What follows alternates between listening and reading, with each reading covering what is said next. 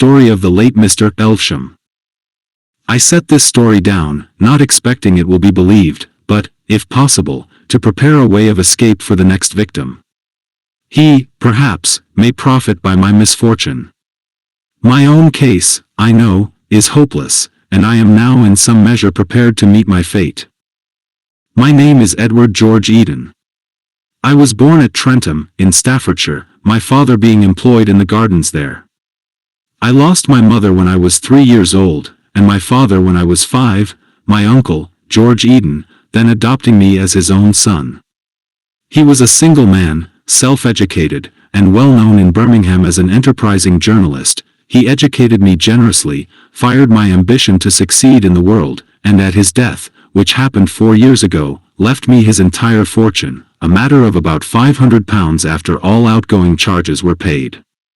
I was then 18. He advised me in his will to expend the money in completing my education. I had already chosen the profession of medicine, and through his posthumous generosity and my good fortune in a scholarship competition, I became a medical student at University College, London. At the time of the beginning of my story I lodged at 11A University Street in a little upper room, very shabbily furnished and draughty, overlooking the back of Shoolbred's premises. I used this little room both to live in and sleep in, because I was anxious to eke out my means to the very last shilling's worth. I was taking a pair of shoes to be mended at a shop in the Tottenham Court Road when I first encountered the little old man with the yellow face, with whom my life has now become so inextricably entangled. He was standing on the curb, and staring at the number on the door in a doubtful way, as I opened it. His eyes, they were dull grey eyes, and reddish under the rims, fell to my face, and his countenance immediately assumed an expression of corrugated amiability. "You come," he said, apt to the moment. "I had forgotten the number of your house. How do you do, Mr. Eden?" I was a little astonished at his familiar address, for I had never set eyes on the man before. I was a little annoyed, too, at his catching me with my boots under my arm. He noticed my lack of cordiality. "Wonder who the deuce I am, eh?" "A friend, let me assure you. I have seen you before, though you haven't seen me. Is there anywhere where I can talk to you?" I hesitated. The shabbiness of my room upstairs was not a matter for every stranger. "Perhaps," said I, "we might walk down the street." "I'm unfortunately prevented," my gesture explained the sentence before I had spoken it. "The very thing," he said, and faced this way, and then that. "The street? Which way shall we go?" I slipped my boots down in the passage. "Look here," he said abruptly, "this business of mine is a rigmarole. Come and lunch with me, Mr. Eden. I'm an old man, a very old man, and not good at explanations, and what with my piping voice and the clatter of the traffic." He laid a persuasive skinny hand that trembled a little upon my arm. I was not so old that an old man might not treat me to a lunch. Yet at the same time I was not altogether pleased by this abrupt invitation. I began. "But I had rather," he said, catching me up, "and a certain civility is surely due to my grey hairs." And so I consented, and went with him. He took me to Blavatsky's. I had to walk slowly to accommodate myself to his paces, and over such a lunch as I had never tasted before, he fended off my leading question, and I took a better note of his appearance. His clean-shaven face was lean and wrinkled, his shriveled lips fell over a set of false teeth, and his white hair was thin and rather long. He seemed small to me, though indeed, most people seemed small to me, and his shoulders were rounded and bent. And watching him, I could not help but observe that he too was taking note of me, running his eyes, with a curious touch of greed in them, over me, from my broad shoulders to my sun-tanned hands, and up to my freckled face again. "And now," said he, as we lit our cigarettes, "I must tell you of the business in hand. I must tell you, then, that I am an old man, a very old man." He paused momentarily. "And it happens that I have money that I must presently be leaving, and never a child have I to leave it to." I thought of the confidence trick, and resolved I would be on the alert for the vestiges of my £500. He proceeded to enlarge on his loneliness, and the trouble he had to find a proper disposition of his money. I have weighed this plan and that plan, charities, institutions, and scholarships, and libraries, and I have come to this conclusion at last. He fixed his eyes on my face, that I will find some young fellow, ambitious, pure-minded, and poor, healthy in body and healthy in mind, and, in short, make him my heir, give him all that I have. He repeated, give him all that I have. So that he will suddenly be lifted out of all the trouble and struggle in which his sympathies have been educated, to freedom and influence. I tried to seem disinterested. With a transparent hypocrisy I said, and you want my help, my professional services maybe, to find that person. He smiled, and looked at me over his cigarette, and I laughed at his quiet exposure of my modest pretense. What a career such a man might have, he said. It fills me with envy to think how I have accumulated that another man may spend. But there are conditions, of course, burdens to be imposed. He must, for instance, take my name. You cannot expect everything without some return. And I must go into all the circumstances of his life before I can accept him. He must be sound. I must know his heredity, how his parents and grandparents died, have the strictest inquiries made into his private morals. This modified my secret congratulations a little. And do I understand, said I, that I... Yes, he said, almost fiercely. You. I answered never a word. My imagination was dancing wildly, my innate skepticism was useless to modify its transports. There was not a particle of gratitude in my mind, I did not know what to say nor how to say it. But why me in particular? I said at last. He had chanced to hear of me from Professor Haslar, he said, as a typically sound and sane young man, and he wished, as far as possible, to leave his money where health and integrity were assured. That was my first meeting with the little old man. He was mysterious about himself, he would not give his name yet, he said, and after I had answered some questions of his, he left me at the Blavatsky portal. I noticed that he drew a handful of gold coins from his pocket when it came to paying for the lunch. His insistence upon bodily health was curious. In accordance with an arrangement we had made, I applied that day for a life policy in the Loyal Insurance Company for a large sum, and I was exhaustively overhauled by the medical advisors of that company in the subsequent week. Even that did not satisfy him, and he insisted I must be re-examined by the great Dr. Henderson. It was Friday in Whitsun week before he came to a decision. He called me down, quite late in the evening, nearly 9 it was, from cramming chemical equations for my preliminary scientific examination. He was standing in the passage under the feeble gas lamp, and his face was a grotesque interplay of shadows. He seemed more bowed than when I had first seen him, and his cheeks had sunk in a little. His voice shook with emotion.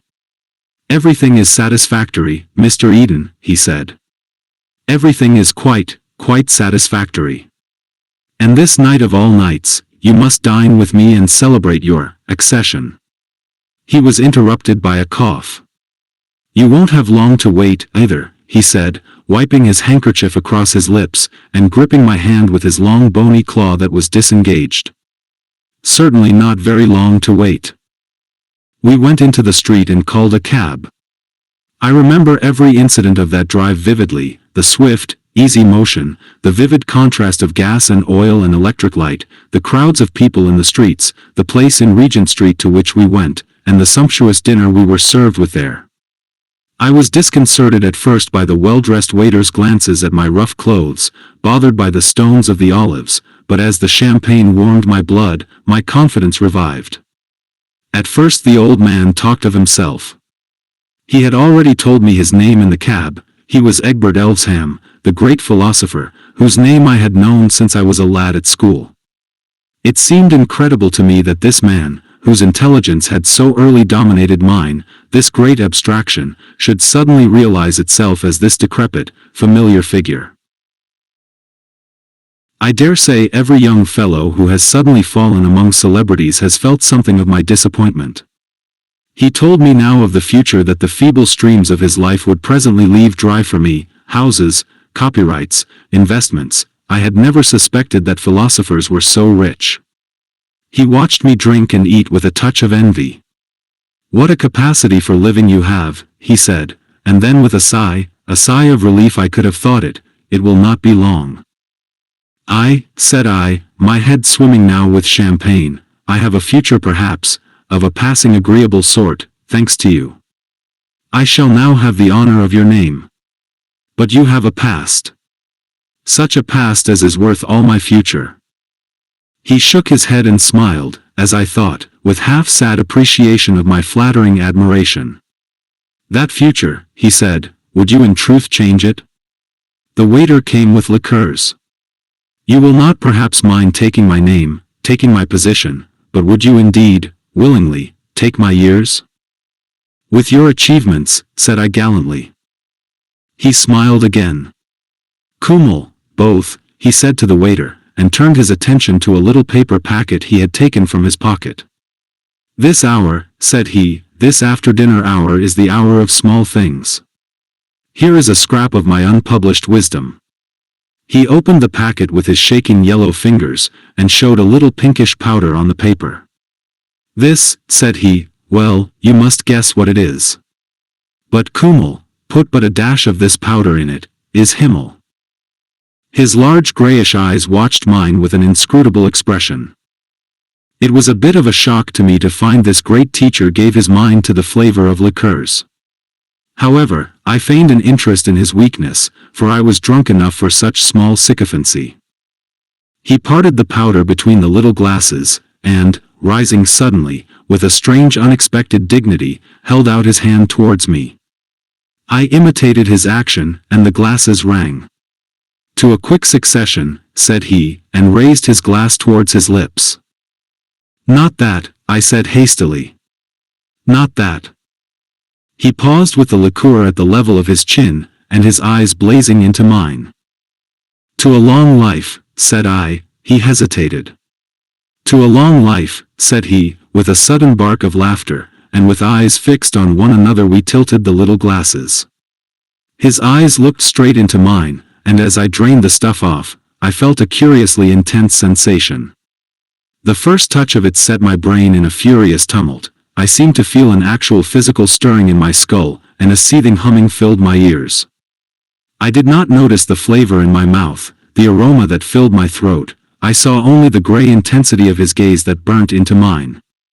The draught, the mental confusion, the noise and stirring in my head, seemed to last an interminable time. Curious vague impressions of half-forgotten things danced and vanished on the edge of my consciousness. At last he broke the spell. With a sudden explosive sigh he put down his glass. "Well," he said. "It's glorious," said I, though I had not tasted the stuff. My head was spinning. I sat down. My brain was chaos. Then my perception grew clear and minute as though I saw things in a concave mirror. His manner seemed to have changed into something nervous and hasty. He pulled out his watch and grimaced at it. 11:07. "And tonight I must, 7:25. Waterloo. I must go at once." He called for the bill, and struggled with his coat. Officious waiters came to our assistance. In another moment I was wishing him goodbye, over the apron of a cab, and still with an absurd feeling of minute distinctness, as though, how can I express it, I not only saw but felt through an inverted opera glass. "That stuff," he said. He put his hand to his forehead. "I ought not to have given it to you. It will make your head split tomorrow. Wait a minute. Here." He handed me out a little flat thing like a Sedlitz powder. "Take that in water as you are going to bed. The other thing was a drug. Not till you're ready to go to bed, mind. It will clear your head. That's all. One more shake, Futurus." I gripped his shriveled claw. "Goodbye," he said, and by the droop of his eyelids I judged he too was a little under the influence of that brain-twisting cordial. He recollected something else with a start, felt in his breast pocket, and produced another packet, this time a cylinder the size and shape of a shaving stick. "Here," said he. "I'd almost forgotten. Don't open this until I come tomorrow, but take it now." It was so heavy that I well-nigh dropped it. "All re," said I, and he grinned at me through the cab window as the cabman flicked his horse into wakefulness. It was a white packet he had given me, with red seals at either end and along its edge. "If this isn't money," said I, "it's platinum or lead." I stuck it with elaborate care into my pocket, and with a whirling brain walked home through the Regent Street loiterers and the dark back streets beyond Portland Road. I remember the sensations of that walk very vividly, strange as they were. I was still so far myself that I could notice my strange mental state, and wonder whether this stuff I had had was opium, a drug beyond my experience. It is hard now to describe the peculiarity of my mental strangeness. Mental doubling vaguely expresses it. As I was walking up Regent Street, I found in my mind a queer persuasion that it was Waterloo Station, and had an odd impulse to get into the Polytechnic as a man might get into a train. I put a knuckle in my eye, and it was Regent Street. How can I express it? You see a skillful actor looking quietly at you, he pulls a grimace, and lo, another person. Is it too extravagant if I tell you that it seemed to me as if Regent Street had, for the moment, done that? Then, being persuaded it was Regent Street again, I was oddly muddled about some fantastic reminiscences that cropped up. 30 years ago, thought I, it was here that I quarreled with my brother. Then I burst out laughing, to the astonishment and encouragement of a group of night prowlers. 30 years ago I did not exist, and never in my life had I boasted a brother. The stuff was surely liquid folly, for the poignant regret for that lost brother still clung to me. Along Portland Road the madness took another turn.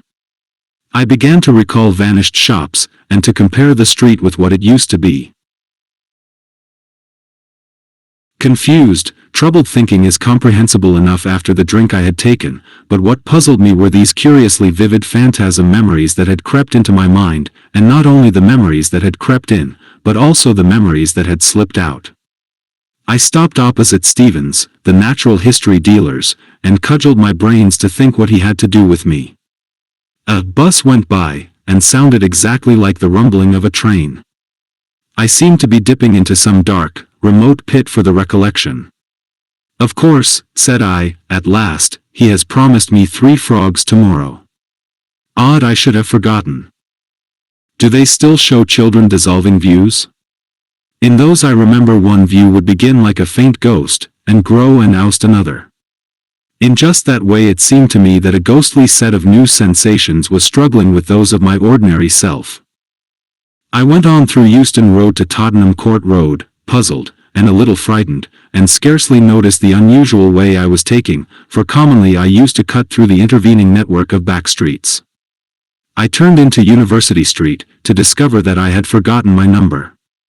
Only by a strong effort did I recall 11A, and even then it seemed to me that it was a thing some forgotten person had told me.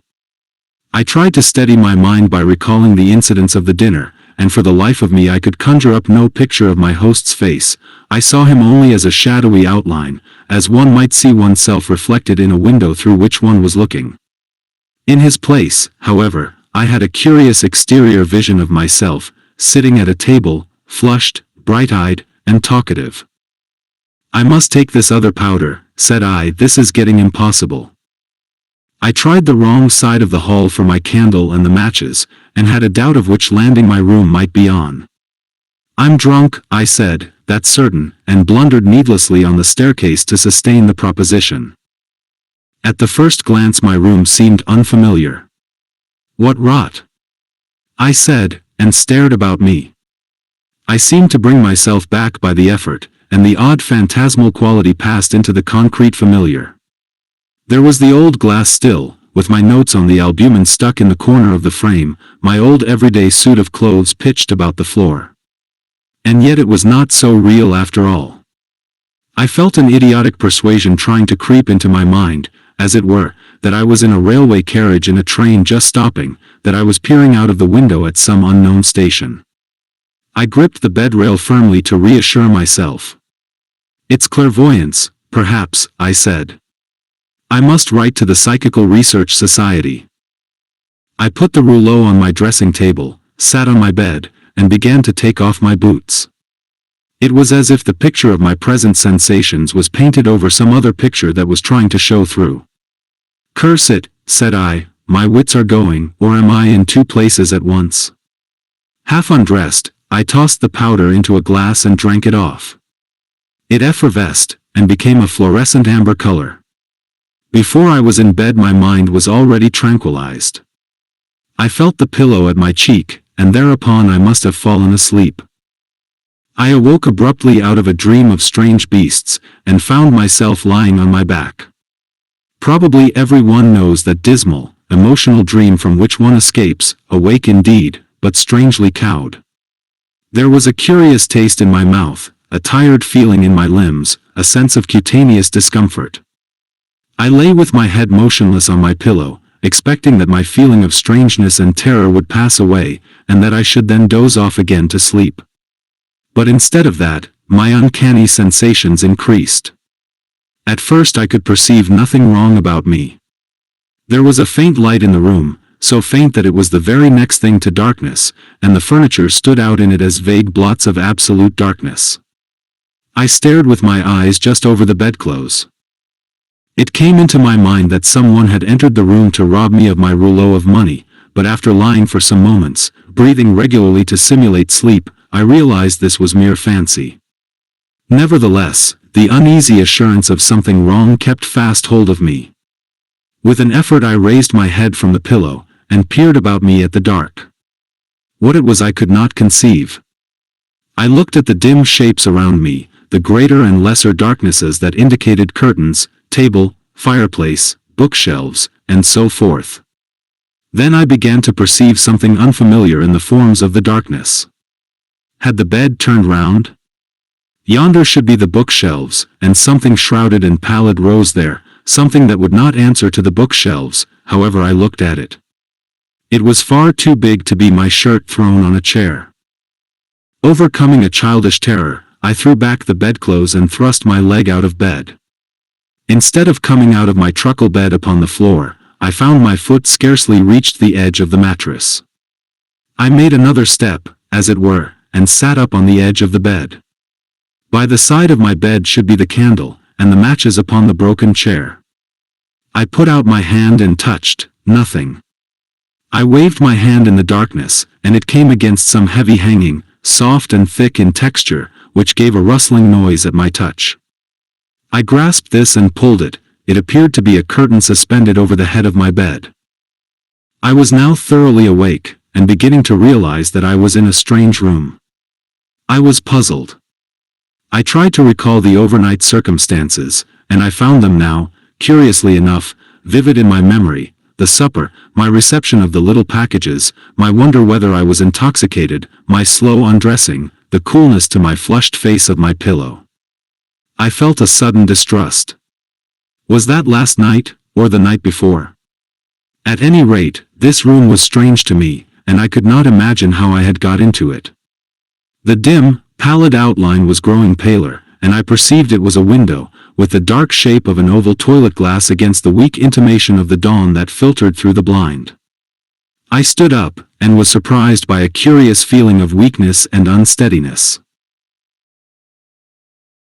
With trembling hands outstretched, I walked slowly towards the window, getting, nevertheless, a bruise on the knee from a chair by the way. I fumbled round the glass, which was large, with handsome brass sconces, to find the blind cord. I could not find any. By chance I took hold of the tassel, and with the click of a spring the blind ran up. I found myself looking out upon a scene that was altogether strange to me.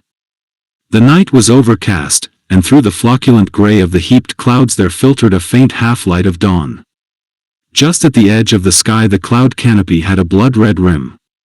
Below, everything was dark and indistinct: dim hills in the distance, a vague mass of buildings running up into pinnacles, trees like spilt ink, and below the window a tracery of black bushes and pale gray paths. It was so unfamiliar that for the moment I thought myself still dreaming. I felt the toilet table. It appeared to be made of some polished wood, and was rather elaborately furnished. There were little cut-glass bottles and a brush upon it. There was also a queer little object, horseshoe shape it felt, with smooth, hard projections, lying in a saucer. I could find no matches nor candlestick. I turned my eyes to the room again. Now the blind was up, faint specters of its furnishing came out of the darkness. There was a huge curtained bed, and the fireplace at its foot had a large white mantle with something of the shimmer of marble. I leant against the toilet table, shut my eyes and opened them again, and tried to think. The whole thing was far too real for dreaming. I was inclined to imagine there was still some hiatus in my memory, as a consequence of my draught of that strange liqueur, that I had come into my inheritance perhaps, and suddenly lost my recollection of everything since my good fortune had been announced. Perhaps if I waited a little, things would be clearer to me again. Yet my dinner with old Elvesham was now singularly vivid and recent. The champagne, the observant waiters, the powder, and the liqueurs, I could have staked my soul it all happened a few hours ago. And then occurred a thing so trivial and yet so terrible to me that I shiver now to think of that moment. I spoke aloud. I said, "How the devil did I get here?" And the voice was not my own. It was not my own, it was thin, the articulation was slurred, the resonance of my facial bones was different. Then, to reassure myself I ran one hand over the other, and felt loose folds of skin, the bony laxity of age.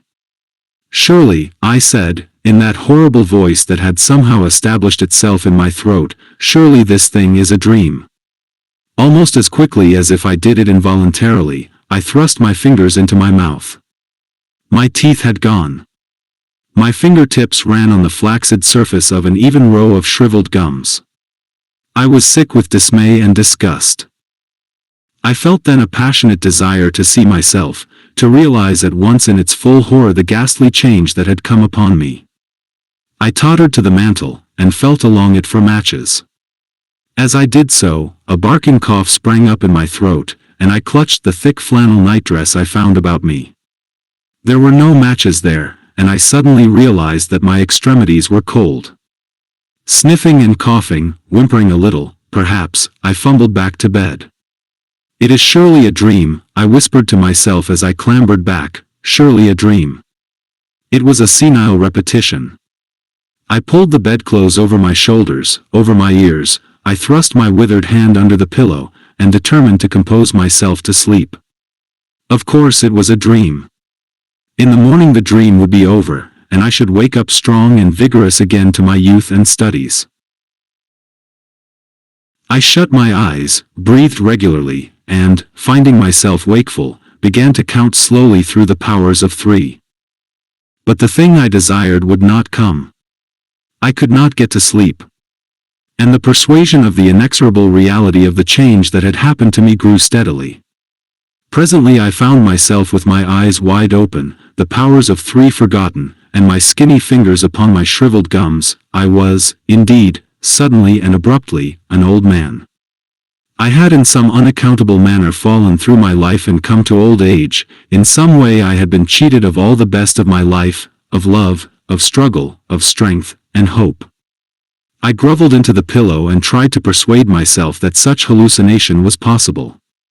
Imperceptibly, steadily, the dawn grew clearer. At last, despairing of further sleep, I sat up in bed and looked about me. A chill twilight rendered the whole chamber visible.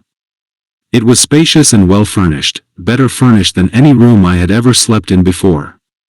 A candle and matches became dimly visible upon a little pedestal in a recess. I threw back the bedclothes, and, shivering with the rawness of the early morning, albeit it was summer-time, I got out and lit the candle. Then, trembling horribly, so that the extinguisher rattled on its spike, I tottered to the glass and saw Elvesham's face. It was none the less horrible because I had already dimly feared as much. He had already seemed physically weak and pitiful to me, but seen now, dressed only in a coarse flannel nightdress, that fell apart and showed the stringy neck, seen now as my own body, I cannot describe its desolate decrepitude. The hollow cheeks, the straggling tail of dirty gray hair, the rheumy bleared eyes, the quivering, shriveled lips, the lower displaying a gleam of the pink interior lining, and those horrible dark gums showing. You who are mind and body together, at your natural years, cannot imagine what this fiendish imprisonment meant to me. To be young and full of the desire and energy of youth, and to be caught, and presently to be crushed in this tottering ruin of a body. But I wander from the course of my story. For some time I must have been stunned at this change that had come upon me. It was daylight when I did so far gather myself together as to think. In some inexplicable way I had been changed, though how, short of magic, the thing had been done, I could not say. And as I thought, the diabolical ingenuity of Elvesham came home to me. It seemed plain to me that as I found myself in his, so he must be in possession of my body, of my strength, that is, and my future. But how to prove it? Then, as I thought, the thing became so incredible, even to me, that my mind reeled, and I had to pinch myself, to feel my toothless gums, to see myself in the glass, and touch the things about me, before I could steady myself to face the facts again. Was all life hallucination? Was I indeed Elvesham, and he me? Had I been dreaming of Eden overnight? Was there any Eden? But if I was Elvesham, I should remember where I was on the previous morning, the name of the town in which I lived, what happened before the dream began. I struggled with my thoughts. I recalled the queer doubleness of my memories overnight. But now my mind was clear. Not the ghost of any memories but those proper to Eden could I raise. This way lies insanity. I cried in my piping voice. I staggered to my feet, dragged my feeble, heavy limbs to the washhand stand, and plunged my gray head into a basin of cold water. Then, toweling myself, I tried again. It was no good. I felt beyond all question that I was indeed Eden, not Elvesham. But Eden in Elvesham's body. Had I been a man of any other age, I might have given myself up to my fate as one enchanted. But in these skeptical days miracles do not pass current. Here was some trick of psychology. What a drug and a steady stare could do, a drug and a steady stare, or some similar treatment, could surely undo. Men have lost their memories before. But to exchange memories as one does umbrellas. I laughed. Alas! Not a healthy laugh, but a wheezing, senile titter. I could have fancied old Elvesham laughing at my plight, and a gust of petulant anger, unusual to me, swept across my feelings. I began dressing eagerly in the clothes I found lying about on the floor, and only realized when I was dressed that it was an evening suit I had assumed. I opened the wardrobe and found some more ordinary clothes, a pair of plaid trousers, and an old-fashioned dressing gown. I put a venerable smoking cap on my venerable head, and, coughing a little from my exertions, tottered out upon the landing. It was then, perhaps, 5:45, and the blinds were closely drawn and the house quite silent. The landing was a spacious one, a broad, richly carpeted staircase went down into the darkness of the hall below, and before me a door ajar showed me a writing desk, a revolving bookcase, the back of a study chair, and a fine array of bound books, shelf upon shelf. My study, I mumbled, and walked across the landing. Then at the sound of my voice a thought struck me, and I went back to the bedroom and put in the set of false teeth. They slipped in with the ease of old habit. "That's better," said I, gnashing them, and so returned to the study. The drawers of the writing desk were locked.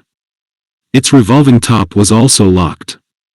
I could see no indications of the keys, and there were none in the pockets of my trousers.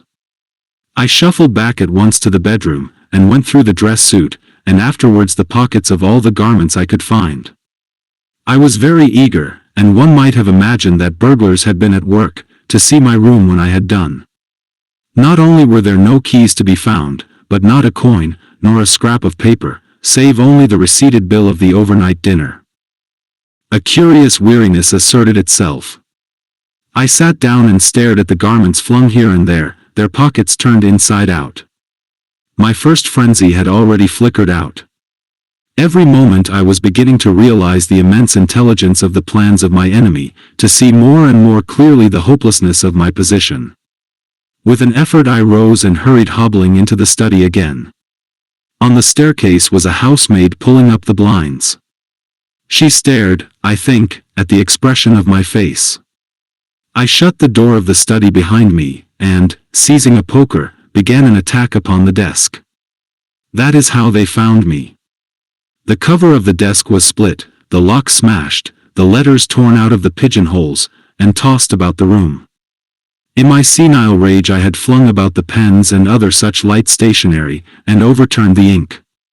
Moreover, a large vase upon the mantel had got broken, I do not know how. I could find no checkbook, no money, no indications of the slightest use for the recovery of my body. I was battering madly at the drawers, when the butler, backed by 2 women servants, intruded upon me. That simply is the story of my change. No one will believe my frantic assertions. I am treated as one demented, and even at this moment I am under restraint. But I am sane, absolutely sane, and to prove it I have sat down to write this story minutely as the things happened to me. I appeal to the reader, whether there is any trace of insanity in the style or method of the story he has been reading. I am a young man locked away in an old man's body. But the clear fact is incredible to everyone. Naturally I appear demented to those who will not believe this. Naturally I do not know the names of my secretaries, of the doctors who come to see me, of my servants and neighbors, of this town, wherever it is, where I find myself. Naturally I lose myself in my own house, and suffer inconveniences of every sort. Naturally I ask the oddest questions. Naturally I weep and cry out, and have paroxysms of despair. I have no money and no checkbook. The bank will not recognize my signature, for I suppose that, allowing for the feeble muscles I now have, my handwriting is still Eden's. These people about me will not let me go to the bank personally. It seems, indeed, that there is no bank in this town, and that I have an account in some part of London. It seems that Elvesham kept the name of his solicitor secret from all his household. I can ascertain nothing. Elvesham was, of course, a profound student of mental science, and all my declarations of the facts of the case merely confirm the theory that my insanity is the outcome of overmuch brooding upon psychology. Dreams of the personal identity indeed. 2 days ago I was a healthy youngster, with all life before me. Now I am a furious old man, unkempt, and desperate, and miserable, prowling about a great, luxurious, strange house, watched, feared, and avoided as a lunatic by everyone about me. And in London is Elvesham beginning life again in a vigorous body, and with all the accumulated knowledge and wisdom of 70. He has stolen my life. What has happened I do not clearly know. In the study are volumes of manuscript notes referring chiefly to the psychology of memory, and parts of what may be either calculations or ciphers in symbols absolutely strange to me. In some passages there are indications that he was also occupied with the philosophy of mathematics. I take it he has transferred the whole of his memories, the accumulation that makes up his personality, from this old withered brain of his to mine, and, similarly, that he has transferred mine to his discarded tenement. Practically, that is, he has changed bodies. But how such a change may be possible is without the range of my philosophy. I have been a materialist for all my thinking life, but here, suddenly, is a clear case of man's detachability from matter. One desperate experiment I am about to try. I sit writing here before putting the matter to issue. This morning, with the help of a table knife that I had secreted at breakfast, I succeeded in breaking open a fairly obvious secret drawer in this wrecked writing desk. I discovered nothing save a little green glass phial containing a white powder. Round the neck of the phial was a label, and thereon was written this one word, release. This may be, is most probably, poison. I can understand Elvesham placing poison in my way, and I should be sure that it was his intention so to get rid of the only living witness against him, were it not for this careful concealment. The man has practically solved the problem of immortality. Save for the spite of chance, he will live in my body until it has aged, and then, again, throwing that aside, he will assume some other victim's youth and strength. When one remembers his heartlessness, it is terrible to think of the ever-growing experience that. How long has he been leaping from body to body? But I tire of writing. The powder appears to be soluble in water. The taste is not unpleasant. There the narrative found upon Mr. Elvesham's desk ends. His dead body lay between the desk and the chair. The latter had been pushed back, probably by his last convulsions. The story was written in pencil and in a crazy hand, quite unlike his usual minute characters. There remain only two curious facts to record. Indisputably there was some connection between Eden and Elvesham, since the whole of Elvesham's property was bequeathed to the young man. But he never inherited.